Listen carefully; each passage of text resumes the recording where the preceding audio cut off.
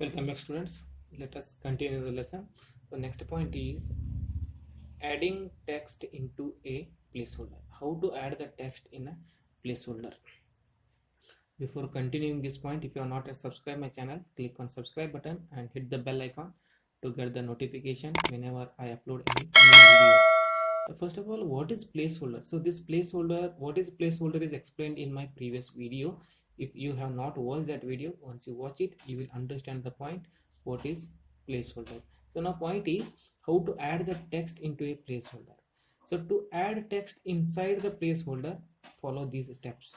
Okay, to add the text inside the placeholder, so steps are given. So let us follow that.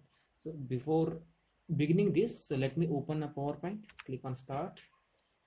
Click on all programs, click on Microsoft Office, then click on Microsoft PowerPoint 2010.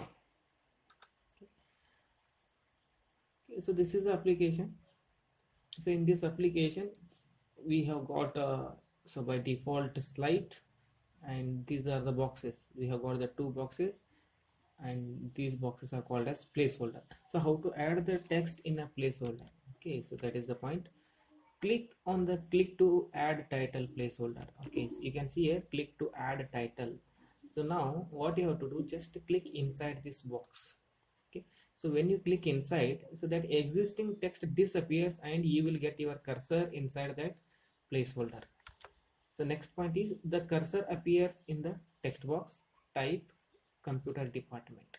So when I clicked inside, I got a cursor, and now we can start typing. Here we'll type computer department. Okay, so computer department.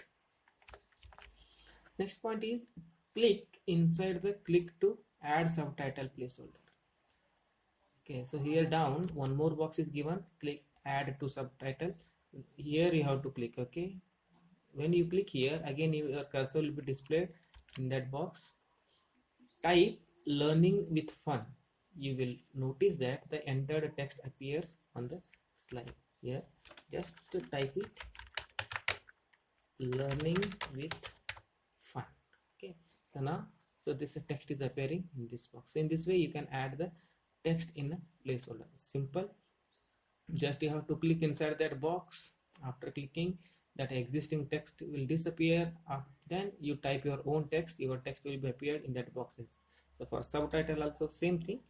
Just click it inside the box and start typing. Your text appears in that placeholder. So this is the way to add the text into a placeholder. And one quick view is here. The shortcut to create a new presentation is Ctrl+N key combination. When you press Ctrl+N, see here, I'll open a keyboard here. Now we are working in this presentation. Okay, what is the name of this presentation? Presentation 1. You can look at my mouse pointer. Presentation 1 is displaying. Now when I press Ctrl+N, I will get a new presentation. You can see here presentation 2 is displaying. So this is a shortcut key to open a new presentation in our system. Okay, so that is one quick view. Okay, let me close this keyboard. So next part is saving a presentation. How to save the presentation in our system? It is important to save your work at regular intervals, so as to avoid data loss because of any hardware or power failure. Follow these steps to save a presentation.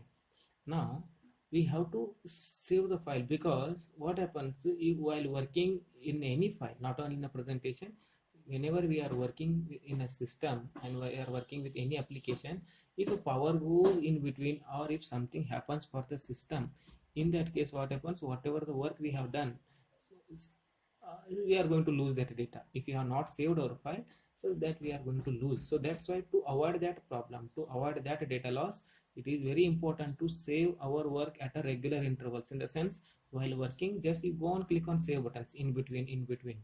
Understood? Then what happens, whatever the work we have done, so that will be saved in our system. If anything happens also, so that that saved content will remain in our system. To save a file, So just see the steps here.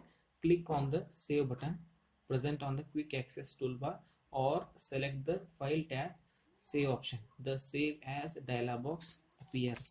You see here. So this is the quick access toolbar, and here save button is given. You can click on save button, you will get the save as dialog box, or click on file tab and click on save as option or save option. Okay, I'll click on save as. Okay, what is the difference between save and save as? I'll tell you. Okay, save as. Okay, so in this way it gets open.